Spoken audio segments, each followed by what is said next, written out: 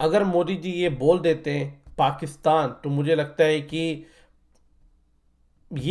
इतना बड़ा देश और इतने छोटे से कंट्री को, टुल्लू जैसी कंट्री का नाम ले रहा है। बहुत अच्छा किया, नाम नहीं लिया, पर इनडायरेक्टली सीधा उनको अटैक वार्निंग दे दी कि जो मुल्क, जो कंट्री टेररिज्म को बढ़ावा देती है, वो ये ना भूले कि कल को वो उनके ऊपर ही अटैक हो सकता है। जिसमें मुझे बहुत अच्छी कहावत याद आती है कि अगर आप सांप को पालोगे दूसरों को अटैक करने के लिए, इसका मतलब ये नहीं है कि वो आपको नहीं अटैक करेगा, भाई उसका काम है अटैक करना। तो यही एक एग्जाम्पल है। बहुत अच्छा रिस्पॉन्ड दिया है मोदी जी ने पाकिस्तानियों को, स्पेशली पाकिस्तान का जो नेचर है बहुत अच्छा। क्योंकि ये लोग समझते नहीं है साले, ये लोग ये बड़े गधे हैं। Hi guys, welcome to my channel. My name is Atif Iqbal, और आज मैं रिएक्शन देने वाला हूँ प्रधानमंत्री नरेंद्र मोदी की स्पीच जो कि उन्होंने यूएन में दी है 2021 में, अभी जो रिसेंटली हुआ है। वो चल के देखते हैं, क्योंकि आई थिंक वो यूएस आए थे। क्योंकि मैं इसलिए कह रहा हूँ वो आए थे यूएस, क्योंकि मैं यूएस में रहता हूँ बाय द वे। वो यूएस में आए थे, और मैं इंडिया का रहने वाला हूँ, बट मैं यूएस में रहता हूँ। ओके। तो वो यूएस आए थे अपनी स्पीच देने यूएन में, और क्वाड की मीटिंग के लिए भी आए थे। तो देखा जाए कि आखिर क्या बोल रहे हैं। मैं आपसे एक चीज़ ज़रूर ये कहना चाहता हूँ कि इंडिया के अंदर हो सकता है कि हम अलग अलग पार्टियों को सपोर्ट करते हो। कोई पंजाब नेशनल पार्टी को सपोर्ट करता हो, या कोई टीएमसी को करता हो कैलकाटा में, या लोग कांग्रेस को करते हों, या दिल्ली में आम आदमी पार्टी को करते हों, या बाकी जगह बीजेपी को करते हों, मुंबई में शिवसेना को करते हों। मैं यहाँ पे ये कहना चाह रहा हूँ कि हम जब इंडिया की बात करते हैं तो हमारे पर्सपेक्टिव, हमारे लीडर्स, हमारे जो प्रायोरिटीज़, हमारे जो पॉलिटिकल लीडर्स जो होते हैं, फेवरेटिज्म वो अलग हो जाते हैं। इसमें आप अगर लॉजिकल हो तो आप इस बात से एग्री करोगे। पर हम इस बात से डिनाई नहीं कर सकते हैं कि जब हमारे देश के प्रधानमंत्री प्राइम मिनिस्टर नरेंद्र मोदी जब इंडिया से बाहर जाते हैं, तो वो वहाँ पे हम हमारे देश को रिप्रेजेंट कर रहे होते हैं। तो उस टाइम वो हर इंडियन, हर भारतीय के लिए एक प्राउड मोमेंट होता है, because he is representing India. That is something that we all should be admire about. It doesn't matter which party do you support. If you support Aam Aadmi Party, Punjab, TMC, whoever you support, that is your personal choice within the India. But जब एक आदमी बाहर जा रहा है और India को represent कर रहा है, it can be any one, it can be Rahul Gandhi, it can be Kejriwal, it can be Uddhav Thackeray, any one. when that person goes out of India to do something, we all need to appreciate that individual because he is representing India at that moment. Okay, so that's what I have to say, because now it's a very proud moment for every Indian that Modi ji has been here, and he said, I'm pretty sure he might have said some of the very amazing thing. Let's go and see this video. बहुत सारी videos थी online, पर I think ये Hindi version है, तो ये मेरे काफ़ी लार्ज ऑडियंस को भी सुनने में और देखने में पता चलेगा और समझ में आएगा। मैं ऑलरेडी बहुत सारी वीडियोस बनाता रहता हूँ। मैंने यूएन में जो स्नेहा दुबे का रिस्पॉन्ड था इमरान खान और पाकिस्तान को, वो बहुत ही ज़बरदस्त रिस्पॉन्ड था, जहाँ पे उन्होंने ये बोला कि पाकिस्तान को पीओके भी वेकेंट कर देना चाहिए as soon as possible, which is one of the amazing statements she has ever said, or maybe a statement said by the Indian spokesperson, I would say, not Sneha but an Indian spokesperson on such a big platform। वो मेरे लिए बहुत ही amazing बात थी, क्योंकि जैसे major गौरव आर्य ने कहा है अपनी एक वीडियो में कि अब हमें डिफेंसिव होके नहीं खेलना, अब हमें ऑफेंस होके खेलना है। कि भैया अब वो ज़माना गया है कि आप मारोगे हम सहेंगे। जो गांधी जी कह रहे थे कि आप एक गाल मारोगे हम दूसरा गाल दे देंगे, ये लॉजिक आज के टाइम में काम नहीं आता। आज के टाइम में कोई आपको एक चाटा मारेगा ना, आपको पलट के मारना पड़ेगा, वरना आपको मारता ही रहेगा वहाँ पे। तो ये चीज़ अच्छी है। ऐसा मैं ये नहीं कह रहा हूँ कि गांधी जी ने जो किया गलत किया, वो उस टाइम के लिए सही था, पर आज के टाइम के लिए वो लॉजिक सही नहीं है। आज के टाइम के लिए ये है कि तुम हमको एक चाटा मारे हुए क्यों बेटा, हम उससे पहले तुमको टपका देंगे।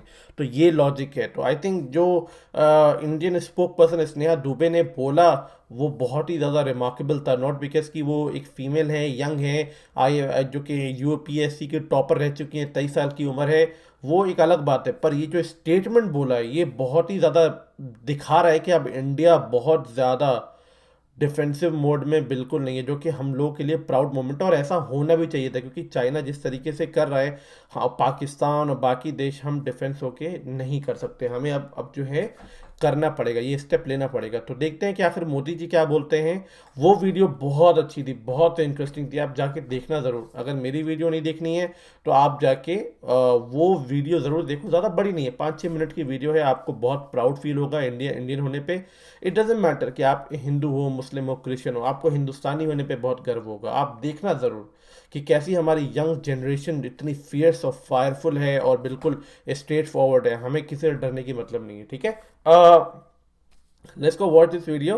और बीच में अगर मैं कोई ऐसी बात बोलना चाहूँ तो मैं बीच में बोल लूँगा, प्लीज़ बुरा मत मानना आप, ठीक है।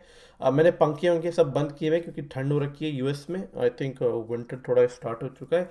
ये जो मैंने ऑन किया हुआ है ये फ्लेवर्ड कैंडल है। काफ़ी लोग पूछते रहते हैं भैया ये क्या जल रहा है, तो ये बेसिकली फ्लेवर्ड कैंडल है, इससे बहुत अच्छी स्मेल आती है, तो थोड़ा सा मन को शांति रहती है। एनीवे स्टार्ट करते हैं वीडियो को और देखते हैं। 3, 2, 1 गो। नमस्कार साथियों, हिज एक्सेलेंसी अब्दुल्ला शाहिद जी, आपको अध्यक्ष पद संभालने की हार्दिक बधाई।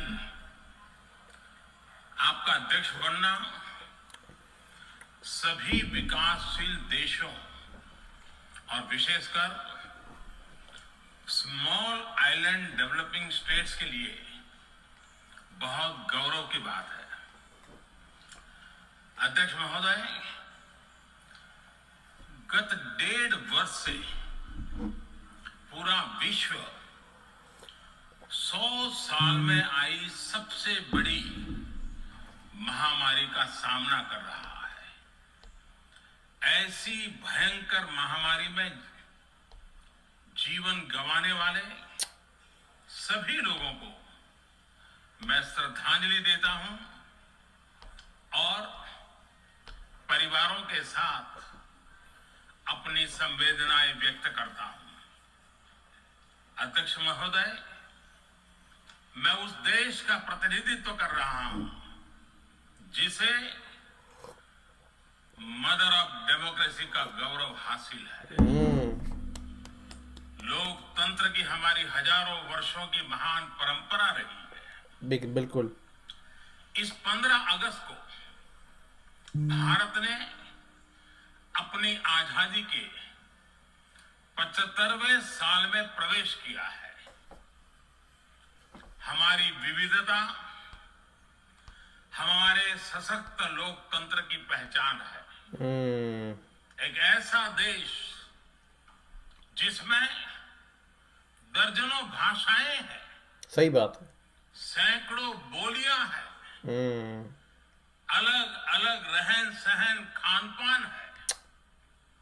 ये वाइब्रेंट डेमोक्रेसी का बेहतरीन उदाहरण है। ये भारत के लोकतंत्र की ताकत है कि एक छोटा बच्चा जो कभी एक रेलवे स्टेशन के टी स्टॉल पर अपने पिता की मदद करता था, वो आज चौथी बार भारत के प्रधानमंत्री के तौर पर यूएनजीए को संबोधित कर रहा है।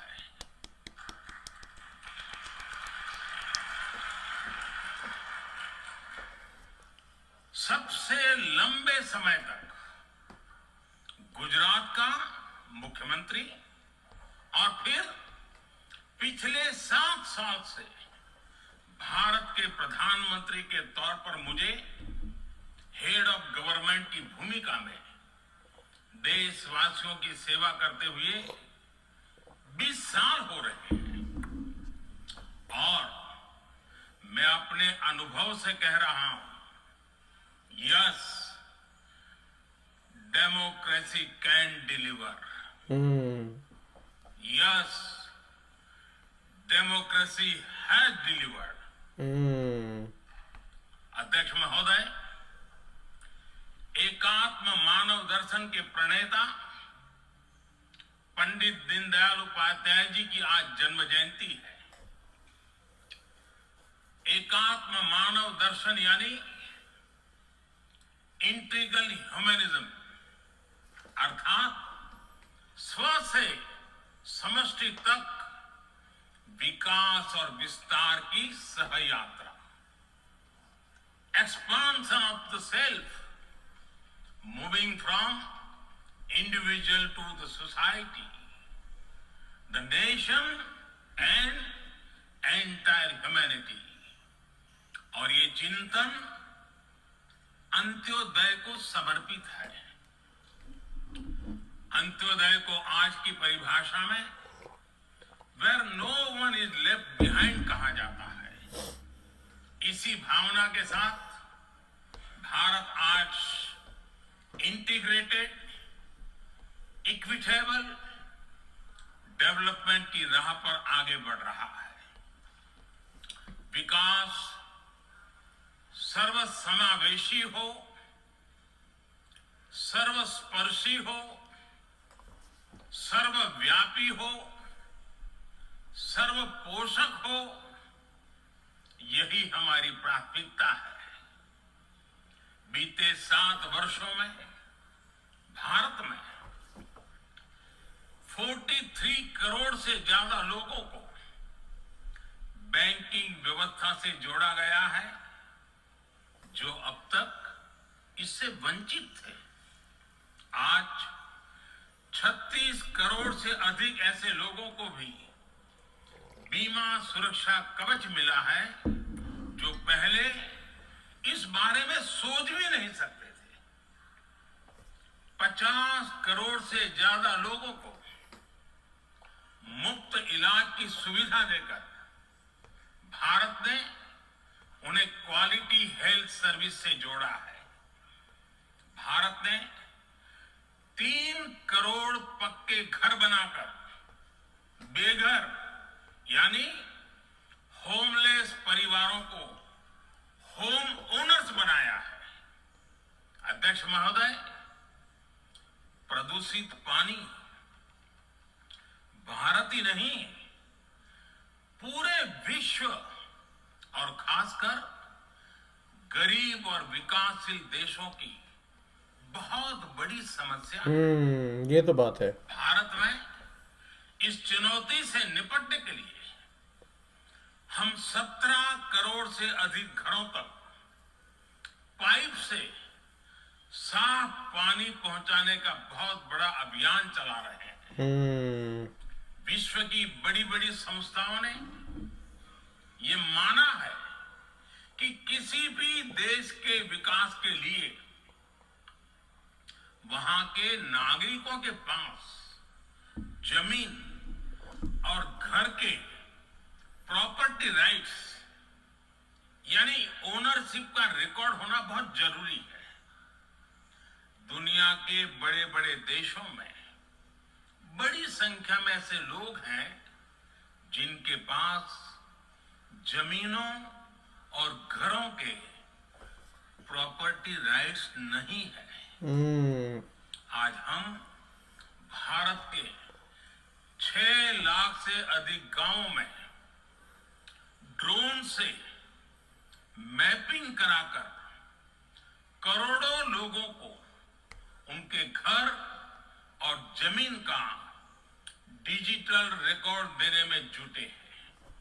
ये डिजिटल रिकॉर्ड प्रॉपर्टी पर विवाद कम करने के साथ ही access to credit, bank loan तक लोगों की पहुंच बढ़ा रहा है. अध्यक्ष महोदय, आज विश्व का हर 6ठा व्यक्ति भारतीय है. ये तो है ही. जब भारतीयों की प्रगति होती है तो विश्व के विकास को भी गति मिलती है. ये बहुत अच्छी बात. India grows, the world grows. क्या बात है मोदी जी, ये तो बहुत When अच्छी। India reforms, तो world the reform, world transforms. क्या बात है।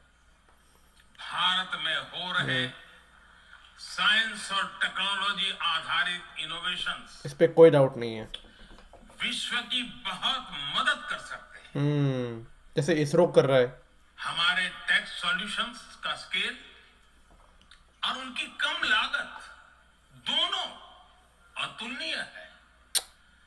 हमारे यूनिफाइड पेमेंट इंटरफेस यूपीआई आज भारत में हर महीने 350 करोड़ से ज्यादा ट्रांजैक्शन हो रहे हैं। क्या बात है। भारत का वैक्सीन डिलीवरी प्लेटफॉर्म स- कोविन एक ही दिन में करोड़ों वैक्सीन डोज लगाने के लिए डिजिटल सपोर्ट दे रहा है। अध्यक्ष महोदय, सेवा परमो धर्मः, क्या बात है।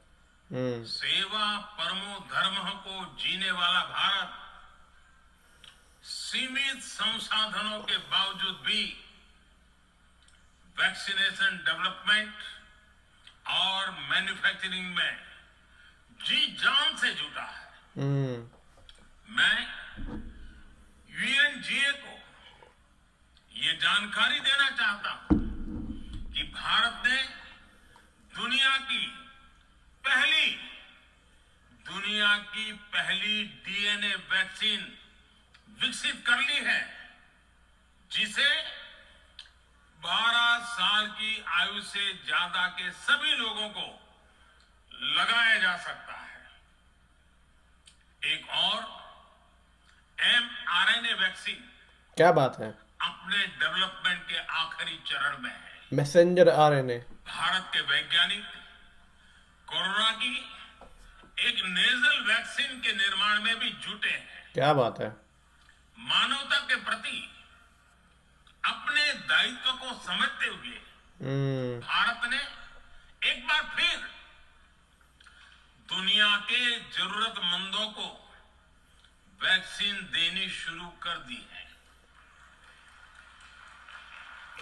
सीरम इंस्टीट्यूट ऑफ इंडिया का बहुत बड़ा रोल है इसमें। मैं आज दुनिया भर के वैक्सीन मैन्युफैक्चरर्स को भी आमंत्रित करता हूं, कम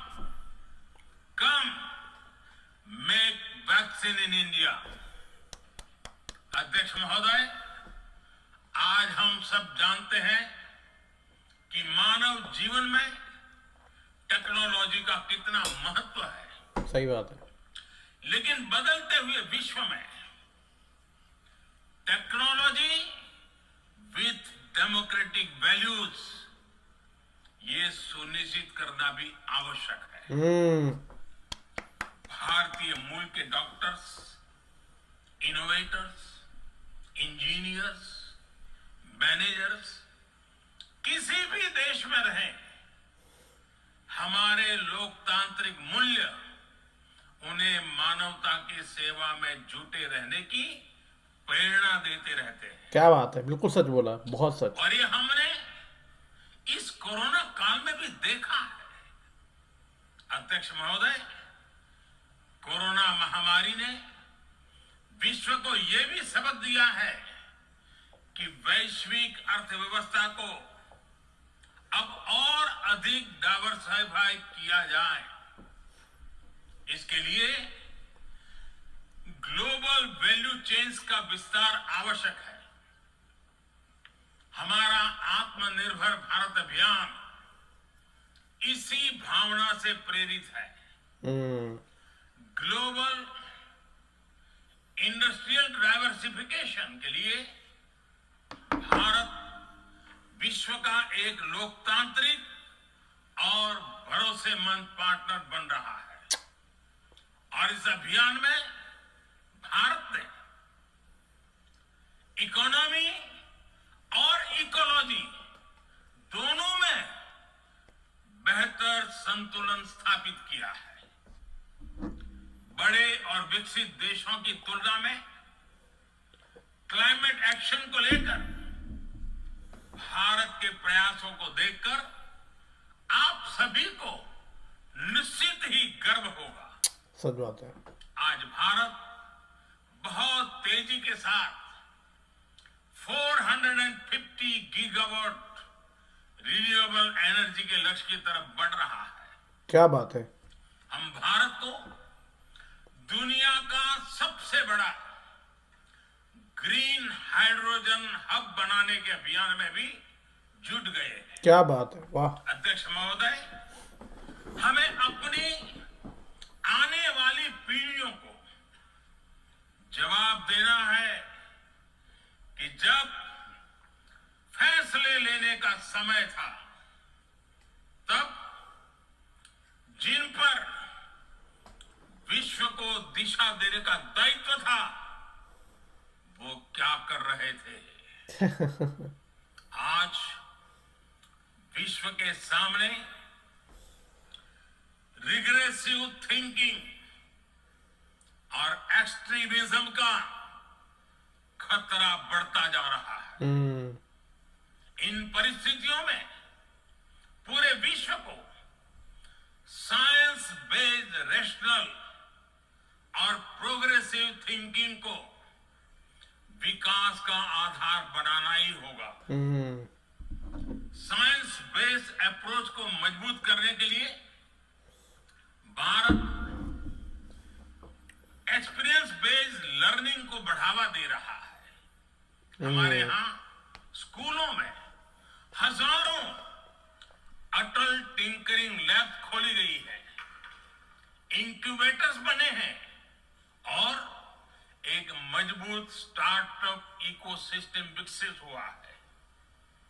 अपनी आजादी के 75 वर्ष के उपलक्ष्य में जब हम आजादी का अमृत महोत्सव मना रहे हैं, भारत 75 ऐसे सैटेलाइट्स को अंतरिक्ष में भेजने वाला है जो भारतीय विद्यार्थी स्कूल कॉलेजों में बना रहे हैं। क्या बात है अध्यक्ष जी, क्या बात है।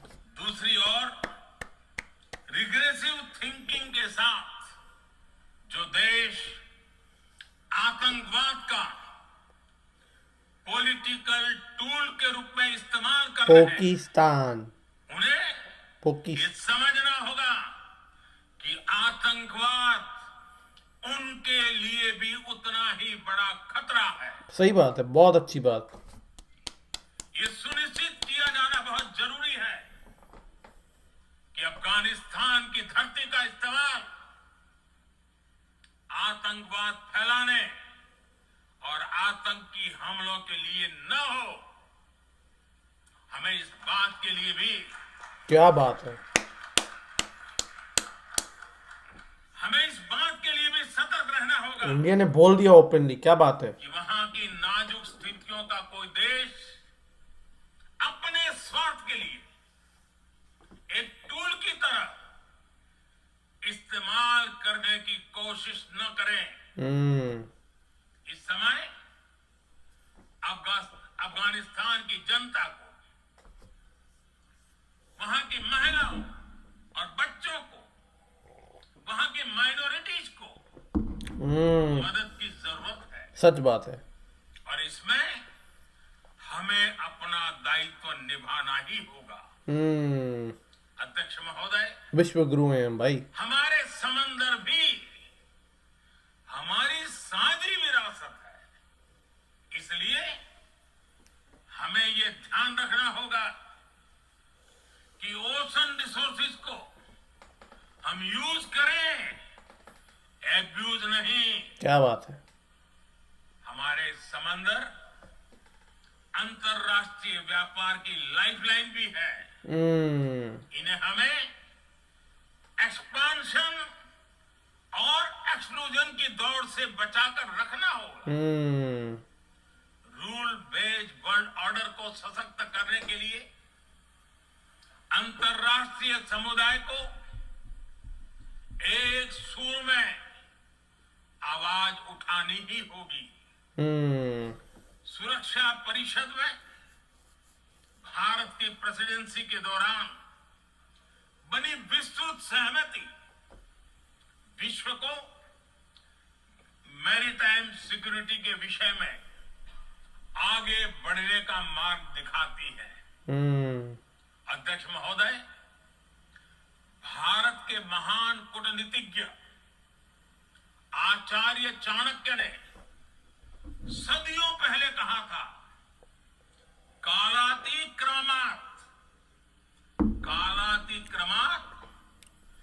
काल एव फलम पिबती। जब सही समय पर सही कार्य नहीं किया जाता तो समय ही उस कार्य की सफलता को समाप्त कर देता। क्या बात है, बहुत अच्छी बात बोली। संयुक्त राष्ट्र को खुद को प्रासंगिक बनाए रखना है तो उसे अपनी इफेक्टिवनेस को सुधारना होगा, रिलायबिलिटी को बढ़ाना होगा। यूएन पर आज कई तरह के सवाल खड़े हो रहे हैं। इन सवाल को हमने क्लाइमेट क्राइसिस में देखा है, कोविड के दौरान देखा है, सच बात है। दुनिया के कई हिस्सों में चल रही प्रॉक्सी वॉर, आतंकवाद और अभी अफगानिस्तान के संकट ने इन सवालों को और गहरा कर दिया है। सच बात है। कोविड के ओरिजिन के संदर्भ में और ease of doing business ranking को लेकर वैश्विक गवर्नेंस से जुड़ी संस्थाओं ने दशकों के परिश्रम से बनी अपनी विश्वसनीयता को नुकसान पहुंचाया है। यह आवश्यक है कि हम यूएन को ग्लोबल ऑर्डर, ग्लोबल लॉस और ग्लोबल वैल्यूज के संरक्षण के लिए निरंतर सुदृढ़ करें। मैं नोबेल पुरस्कार विजेता गुरुदेव रविंद्रनाथ टैगोर जी के शब्दों के साथ अपनी बात समाप्त कर रहा हूं। शुभो कर्मोपोथे, शुभो कर्मोपोथे, धोरो निर्भयोगान, सौभ दुर्बल सौन्योष होक अवसान। अर्थात अपने शुभ कर्म पथ पर निर्भीक होकर आगे बढ़ो, सभी दुर्बलताएं और शंकाएं समाप्त हो। ये संदेश आज के संदर्भ में संयुक्त राष्ट्र के लिए जितना प्रासंगिक है उतना ही हर जिम्मेदार देश के लिए भी उतना ही प्रासंगिक है। मुझे विश्वास है हम सबका प्रयास विश्व में शांति और सौहार्द बढ़ाएगा, विश्व को स्वस्थ, सुरक्षित और समृद्ध बनाएगा। इन्हीं शुभकामनाओं के साथ बहुत बहुत धन्यवाद। नमस्कार। तो जैसे कि वीडियो ओवर हो गई है, मैं यही कहना चाहता हूँ कि जैसे मैंने वीडियो के स्टार्टिंग में कहा था कि जब कोई भी ऐसा इंसान हमारे देश से निकल के जाता है और हमारे देश को रिप्रेजेंट करता है, हमें अपने डिफरेंस को साइड में रख के उसको एज अ इंडिया का रिप्रेजेंटेशन मानना चाहिए, जो कि अभी हमारे प्रधानमंत्री मोदी जी ने किया। इनकी स्पीच बहुत ही अच्छी थी, जैसे कि किसी हम मैच्योर मुल्क से एक्सपेक्ट कर सकते हैं। जैसे कि यहाँ पे कोई बैशिंग नहीं चल रही थी। बहुत ही इम्पोर्टेंस यहाँ पे ये था कि बहुत अच्छी स्पीच लगी मुझे यहाँ पे मोदी जी की। मोदी जी तो पहली बात की ज़्यादातर अपनी स्पीच में ये all over the developed world को ये वो कर रहे हैं, रिक्वेस्ट वो कर रहे हैं कि आने वाले समय में इंडिया में हर वो कैपेबिलिटी है जो हम बहुत ही लार्ज अमाउंट में अच्छी चीज़ें एक्सपोर्ट कर सकते हैं। मतलब ये नहीं कि झाड़ू बजाना, ये बनाना, वो बनाना, मतलब हाई लेवल ऑफ वैल्यूज़ हम प्रोड्यूस कर सकते हैं जो वर्ल्ड को चाहिए। तो ये उन्होंने ओपन फोरम पे सीधा बोल दिया कि हमारे इंडिया में हर वो चीज़ है एक अच्छा आईटी सेक्टर, एक अच्छा प्रोडक्शन सेक्टर, हर सेक्टर पे है, हाई लेवल पे है। तो ये एक बहुत अच्छा मुझे लगा कि उन्होंने ओपन प्लेटफॉर्म पे, इतने हाईएस्ट लेवल पे उन्होंने इतने बड़े प्लेटफॉर्म पे ओपनली कह दिया है कि आप आओ और इंडिया के अंदर इन्वेस्टमेंट करो, इंडिया के अंदर बिजनेस ओपन करो। ये पहला टारगेट था चाइना को कि चाइना से कैसे हटके हमें आना है, पर इन्होंने चाइना का नाम बिल्कुल नहीं लिया। कितनी अच्छी बात है, यही यही तरीका होता है बात करने का, कि यू से things without including those names on your conversation. जैसे कि कश्मीर, पाकिस्तान के जितने भी रिप्रेजेंटेटिव वो सीधा आके इंडिया को और कश्मीर को अटैक कर रहे हैं। मतलब कि यार, अटैक अटैक ब्लेम गेम, इस दुनिया से वो लोग कब आगे निकलेंगे ऊपर वाला ही जानता है। और दूसरी चीज़ जहाँ पे मोदी जी ने एक और चीज़ बोली कि हमारे देश के अंदर डाइवर्सिटी की इतनी बड़ी पहचान है, इतना बड़ा मुल्क है, इतनी भाषाएं हैं, इतना कल्चर है, इतनी लैंग्वेज है, और यही एक is the mother of all the democracy. और ये डेमोक्रेसी हमें किसी अमेरिका ने नहीं दिया, ये डेमोक्रेसी हमें, हम डेमोक्रेसी तब से जानते हैं जब पूरे किसी को डेमोक्रेसी का डी भी नहीं आता होगा। तो ये सच बात है। तो ये चीज़ उन्होंने सीधा बोल दी। आई थिंक अगर मोदी जी ये भी कहते कि हम विश्व गुरु रह चुके हैं, पर वो आई थिंक ज़्यादा हो जाता है, वो उनको थोड़ा डिसरिस्पेक्ट हो जाता है लोगों को।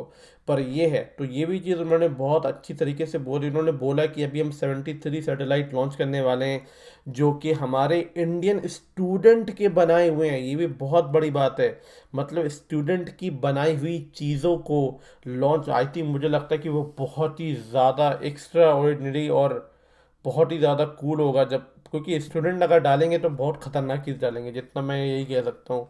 और मोदी जी ने एक और बहुत अच्छी बात कही कि कैसे अफ़गानिस्तान के अंदर वहाँ पे जो औरतें हैं और माइनॉरिटीज़ हैं, ये दो लोगों पे अत्याचार होने के चांसेस बहुत ज़्यादा हैं, और कैसे ऑल ओवर द वर्ल्ड में लोगों को उसको अटेंशन देने की ज़रूरत है। ये कितनी अच्छी बात बोली है उन्होंने। और इन्होंने ये भी बता दिया कि अगर और जितने भी डेवलप नेशन हैं उनको कोविड या किसी चीज़ से हेल्प चाहिए तो प्लीज़ हमारे पास आएँ। अगर आप नहीं जानते तो इंडिया में सीरम इंस्टीट्यूट ऑफ इंडिया, जो कि अहलूवालिया करके नाम है ना उनका, क्या तो नाम है अहलूवालिया, जो भी है, तो उन वो बहुत लार्जेस्ट नंबर, वर्ल्ड की लार्जेस्ट मैन्युफैक्चरिंग वैक्सीन्स या मेडिसिन है ऑल ओवर द वर्ल्ड में, जिन्होंने काफ़ी लार्ज नंबर में प्रोड्यूस किया है और इंडिया ने काफ़ी लोगों को भेजा भी। कितनी बड़ी बात है।